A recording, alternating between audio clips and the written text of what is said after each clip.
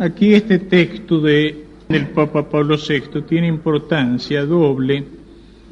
Por una parte, es un texto que señala las condiciones que pueden legitimar una revolución, un alzamiento armado. Tiranía evidente y prolongada, atentado grave contra los derechos fundamentales de la persona y daño peligroso para el bien común del país.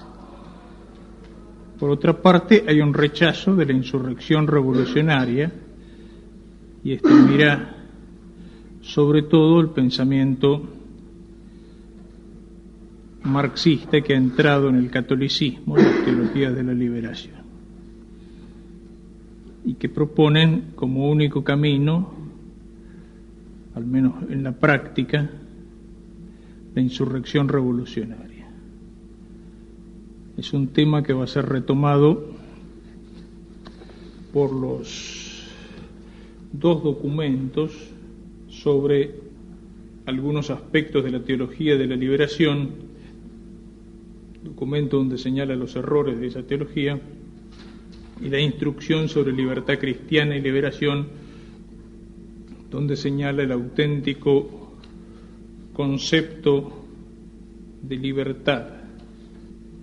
En los números 78 y 79 de la instrucción sobre libertad cristiana y liberación, habla sobre el mito de la revolución. Es decir, la revolución llega a ser en el marxismo, llega a ser en algunos ambientes católicos una especie de mito. Si esto funciona, hagamos la revolución, ¿no? Porque qué viene después no importa, la revolución de suyo lleva hacia algo mejor, lo cual cabe en la concepción dialéctica hegeliana y marxista, pero no en una concepción realista. Determinadas situaciones de grave injusticia requieren el coraje de unas reformas en profundidad y la supresión de unos privilegios injustificables. Pero quienes desacreditan la vía de las reformas en provecho del mito de la revolución, no solamente alimentan la ilusión de que la abolición de una situación inicua es suficiente por sí misma para crear una sociedad más humana, sino que incluso favorecen la llegada al poder de regímenes totalitarios. La lucha contra las injusticias solamente tiene sentido si está encaminada a la instauración de un nuevo orden social y político conforme a las exigencias de la justicia. Esta debe ya marcar las etapas de su instauración. Existe una moralidad en los medios. Como en la guerra, no todo es lícito en la revolución. Y en el número 79, estos principios deben ser especialmente aplicados en el caso extremo de recurrir a la lucha armada, indicada por el magisterio como último recurso, cita lo de Pablo VI. Sin embargo, la aplicación concreta de este medio solo puede ser tenida en cuenta después de un análisis muy riguroso de la situación. En efecto, a causa del desarrollo continuo de las técnicas empleadas y la creciente gravedad de los peligros implicados en el recurso a la violencia, lo que se llama hoy resistencia pasiva abre un camino más conforme con los principios morales y no menos prometedor de éxito. Jamás podrá admitirse ni por parte del poder constituido, ni por parte de los grupos insurgentes el recurso a medios criminales, como las represalias efectuadas sobre poblaciones, la tortura, los métodos de terrorismo y de provocación calculada que ocasionan la muerte de personas durante manifestaciones populares. Son igualmente inadmisibles las odiosas campañas de calumnias capaces de destruir a la persona psíquica y moralmente. En el documento crítico de la teología de la liberación, capítulo 11, número 10. Igualmente, la inversión por la violencia revolucionaria de las estructuras generadoras de injusticia no es ipso facto el comienzo de la instauración de un régimen justo. Este es el sueño revolucionario, ¿no? Lo que decía antes. Es como una varita mágica que lo que hay que hacer es romper todo lo que existe. Después lo otro viene solo. El paraíso en la tierra. Millones de nuestros contemporáneos aspiran legítimamente a recuperar las libertades fundamentales de las que han sido privados por regímenes totalitarios y ateos que se han apoderado del poder por caminos revolucionarios y violentos, precisamente en nombre de la liberación del pueblo. La lucha de clases como camino hacia la sociedad sin clases es un mito que impide las reformas y agrava la miseria y las injusticias. Quienes se dejen fascinar por este mito deberían reflexionar sobre las amargas experiencias históricas a las cuales han conducido. Y el Catecismo, hablando de la justicia legal, la justicia legal lo puse yo abajo, el número 2243. La resistencia a la opresión de quienes gobiernan no podrá recurrir legítimamente a las armas, sino cuando se reúnan las condiciones siguientes. Primero, en caso de violaciones ciertas, graves y prolongadas de los derechos fundamentales. Segundo, después de haber agotado todos los otros recursos. Tercero, sin provocar desórdenes peores. Cuarto, que haya esperanza fundada de éxito. Es decir, una revolución, aún teniendo razón, no puede largarse de una manera enloquecida que a lo mejor hace más daño, o por los daños que se causan, o porque hace que la tiranía se funde con más fuerza y que persiga de una manera peor a los ciudadanos. Y quinto, si es imposible prever razonablemente soluciones mejores. Tengo textos aquí, pero otras veces los he usado, pero son un poco largos y que vendría a ser la aplicación de estos principios a soluciones concretas, ¿no es cierto? Una sería la carta colectiva del Episcopado Español a los obispos del mundo entero del 1 de julio de 1937. Se puede encontrar en los libros que hablan sobre la Iglesia en la Guerra Española, donde los obispos largamente justifican el alzamiento de Franco en contra de la República, que ha llevado a España prácticamente a una situación de guerra civil. Pero señalan casi con unanimidad, hubo un obispo que no firmó, señalan que las condiciones que en España se vivía hacía legítimo y hasta obligatorio el alzamiento. Lo mismo en México, la declaración del Episcopado mexicano el 30 de noviembre del 26. El episcopado es ajeno al movimiento, hemos declarado ya, y no es un misterio para nadie que conozca la doctrina de la Iglesia y la autoridad unánime de los grandes doctores, que hay circunstancias en la vida de los pueblos en que es lícito a los ciudadanos defender por las armas los derechos legítimos que en vano han procurado poner a salvo por medios pacíficos. Es el alzamiento de los cristeros contra el gobierno perseguidor. Esto no es cosa del episcopado, es cosa de los laicos, pero la doctrina de la Iglesia y la autoridad de los grandes doctores unánimemente sostiene que se pueden defender por las armas los derechos legítimos, que en vano han procurado poner a salvo.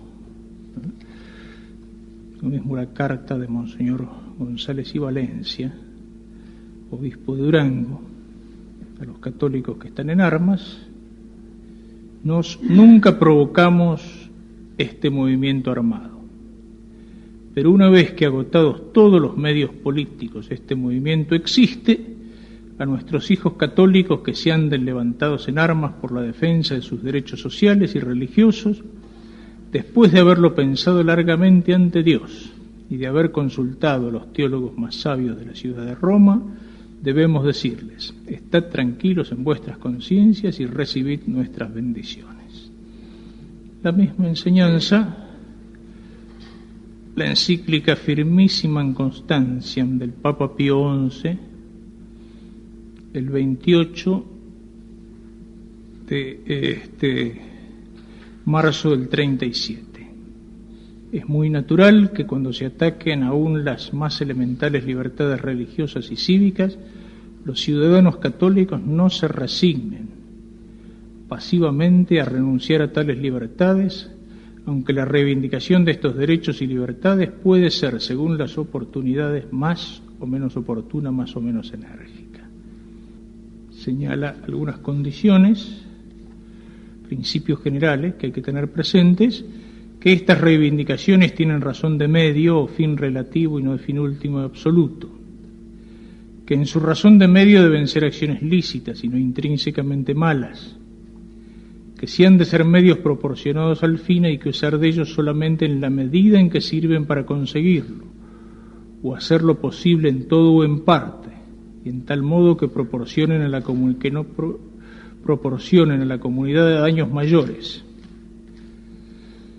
que el uso de tales medios y el ejercicio de los derechos cívicos y políticos, incluyendo también los problemas de orden puramente racional y técnico o de defensa violenta, no es en manera alguna incumbencia del clero ni de la acción católica como tales instituciones.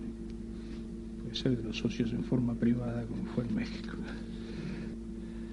Pío XI, en la encíclica Dilectissima Nobis, se refiere a la resistencia en España, antes que se produjera el alzamiento. Nuestros hijos, penetrados de la injusticia y el daño de tales medidas, se valdrán por todos los medios legítimos que por derecho natural y por disposiciones legales quedan a su alcance, a fin de inducir a los legisladores a reformar. Ante la amenaza de daños tan enormes, recomendamos de nuevo a todos los católicos de España que, dejando a un lado lamentos y recriminaciones y subordinando al bien común de la patria y de la religión todo otro ideal, se unan para defensa de la fe y para alejar los peligros que amenazan a la misma sociedad civil.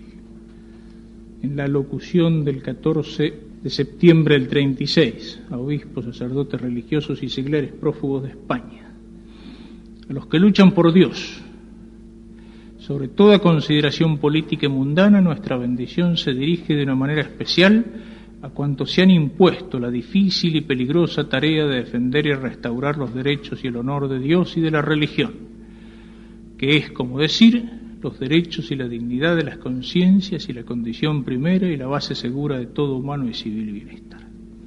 Fíjense, yo acá suelo hacer notar, la Iglesia siempre tiene la misma doctrina, pero a veces las circunstancias en las cuales se vive influye en la expresión de esa doctrina, incluso en los más altos niveles. Después de este párrafo claro donde expone la doctrina, tarea, hemos dicho, difícil y peligrosa, también porque demasiado fácilmente el empeño y la dificultad de la defensa la hacen excesiva y no plenamente justificable, además de que no menos fácilmente intenciones no rectas e intereses egoístas o de partido se interponen para enturbiar y alterar toda la moralidad de la acción y todas las responsabilidades. Año 36. Empezó la cosa en España. Año 39, 15 días de terminada la guerra civil, el Papa Pío XII radio mensaje al pueblo español. Los designios de la providencia, amadísimos hijos, se han vuelto a manifestar una vez más sobre la heroica España, la nación elegida por Dios como principal instrumento para la evangelización del Nuevo Mundo y como baluarte inexpugnable de la fe católica, acaba de dar a los prosélitos del ateísmo materialista de nuestro siglo la prueba más excelsa de que por encima de todo están los valores eternos de la religión y del espíritu. Persuadido de esta verdad, el sano pueblo español se alzó decidido en defensa de los ideales de la fe y civilización cristiana, profundamente arraigadas en el suelo fecundo de España, y ayudado por Dios, que no abandona a los que esperan en Él, supo resistir al empuje de los que, engañados con lo que creían un ideal humanitario de exaltación del humilde, en realidad no luchaban sino en provecho del ateísmo. Este primordial significado de vuestra victoria nos hace concebir las más halagüeñas esperanzas de que Dios en su misericordia se dignará conducir a España por el seguro camino de su tradicional y católica grandeza. Reconocemos también nuestro deber de gratitud hacia todos aquellos que han sabido sacrificarse hasta el heroísmo en defensa de los derechos inalienables de Dios y la religión, ya sea en los campos de batalla, ya también consagrado al sublime oficio de caridad cristiana en cárceles y hospitales. A los soldados de España recordamos aquellos días de amargura en que la sombra de la patria vacilante, patria trepidantis y mago, en frase del poeta cordobés Lucano, os hizo comprender que España sin hogares cristianos y sin templos coronados por la luz de Jesucristo no sería España. Aquella España grande, siempre valerosa y más que caballeresca, cristiana. Y al resplandor de ese pensamiento quiso Dios que brotaran en vuestro corazón generoso dos grandes amores: el amor a la religión que os garantiza la eterna felicidad del alma y el amor a la patria que os brinda el bienestar honesto de la presente vida. Estos dos amores han sido los que encendieron en vosotros el fuego, el entusiasmo, lo mantuvieron vigoroso en las horas del sacrificio y lo llevaron finalmente con valor al triunfo del ideal cristiano y a la victoria. La doctrina, como decíamos, es la misma, pero hay cierto matiz de diferencia en el tono. Bueno, tenemos ahí los elementos que pueden hacerlo lícito. Hay un último tema que lo tengo puesto en el programa, que es una pregunta que en otro tiempo fue de mucha discusión, y era si era lícito el tiranicidio, es decir, dar muerte al tirano. La discusión escolástica a veces entró en diferencia si el tiranus regiminis y el tiranus usurpacionis. El tiranus usurpacionis es el tirano que toma el poder ilegítimamente. El tiranus regiminis es el tirano que, ocupando el poder, empieza a desvirtuarlo de tal forma que se transforma en tirano, aunque no lo haya sido del principio.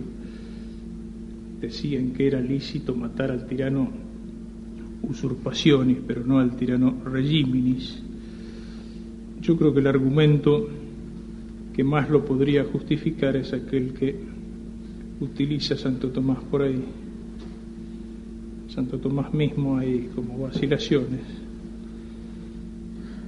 pero por ahí dice que,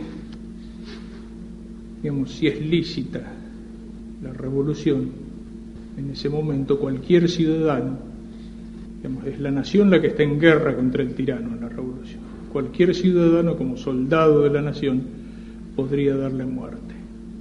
Creo que actualmente toda la temática esta, me parece que en fin, que sí, eso la cosa va por ahí, pero actualmente la temática esta no tiene tanta importancia. La de la revolución sí puede tenerla, pero actualmente la autoridad tiránica no es como en tiempo de Santo Tomás, es decir, no se concentra tanto el poder en las manos de una sola persona.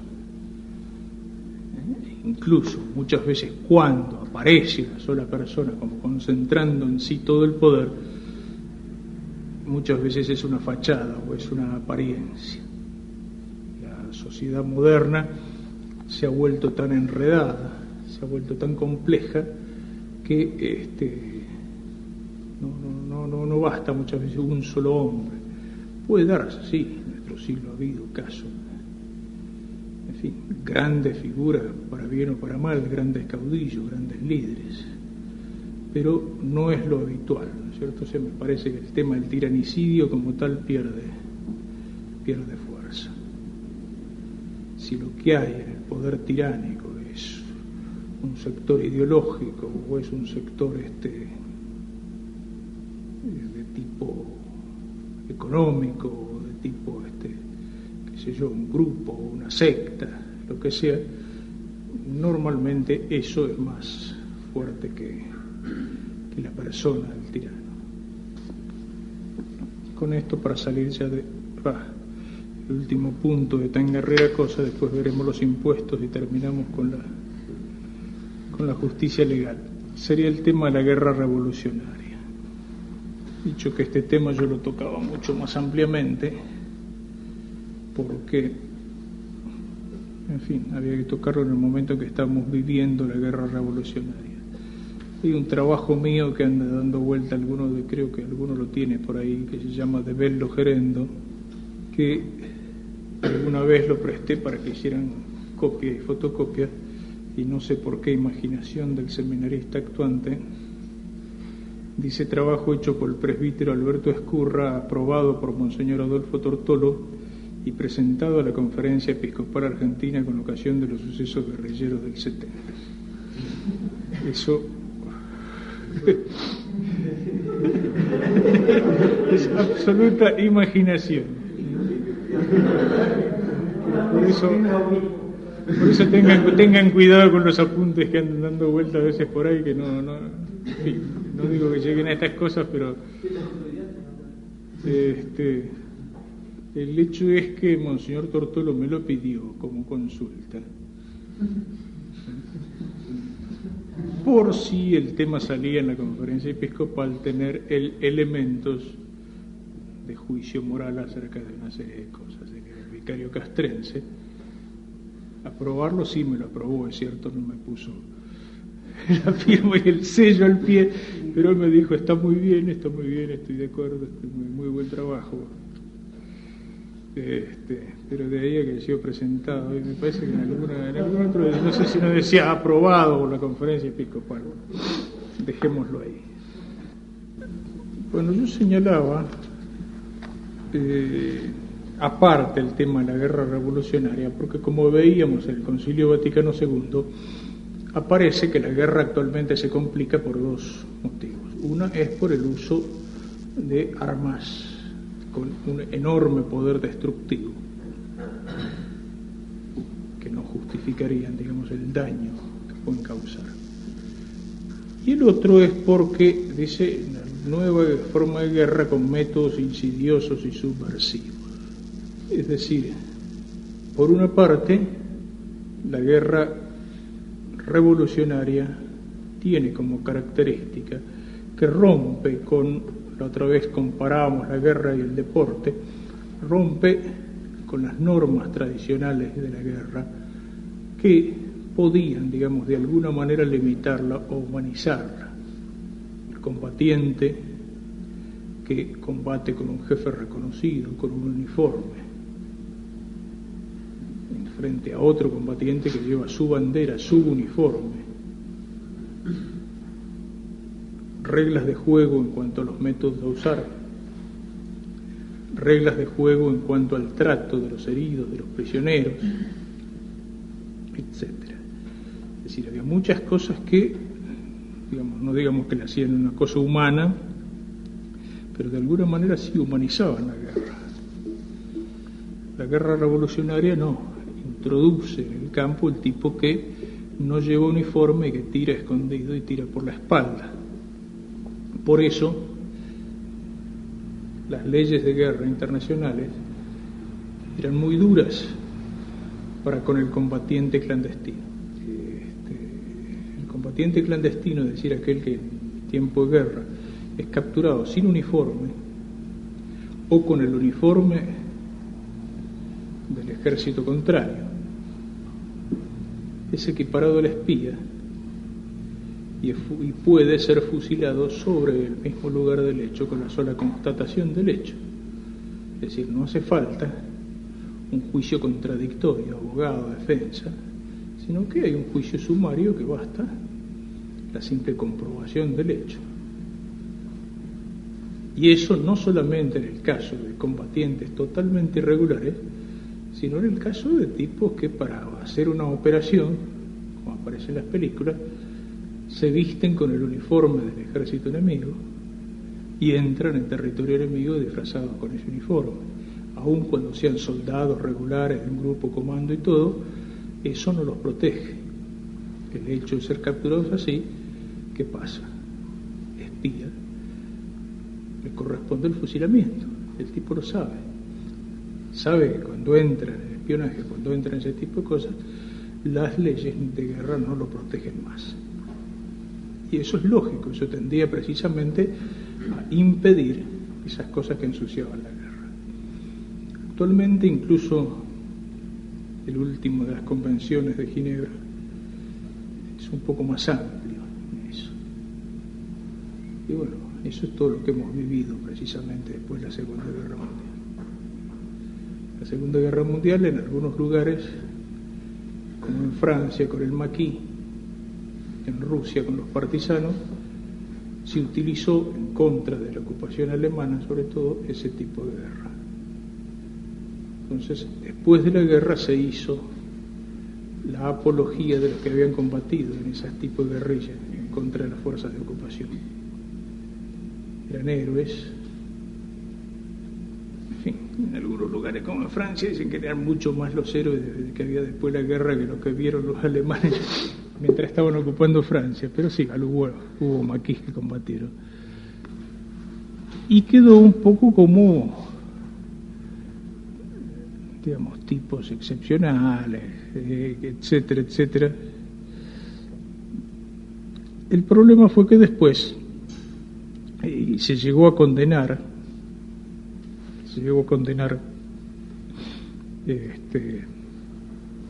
oficiales alemanes por haber ejecutado partisanos o por haber ejecutado maquis, cuando no habían hecho otra cosa que aplicar las leyes de guerra. Si uno mira lo que pueden hacer los vencedores, el general Krukenberg de las SS fue condenado por los rusos a 20 años de trabajo forzado por haber dañado al ejército soviético con una resistencia en Pomerania y otra en Berlín. Es decir, por haber peleado. No había hecho ningún crimen de guerra, había resistido al ejército soviético. 20 años de trabajo forzado después de la guerra. En fin. Pero esto, digamos, aparte de ser injusto en parte, pues ciertamente ese tipo de guerra provoca otro tipo de cosas, y que los alemanes a veces las usaron, las represalias, la toma de rehenes. La guerra se vuelve sucia, pero tuvo otra consecuencia. Todos los que condenaron a los jefes alemanes que habían que habían ejecutado partisanos o maquis, después tuvieron ellos que hacer exactamente lo mismo, porque tuvieron que sufrir la guerra revolucionaria, la guerra del terror, etcétera.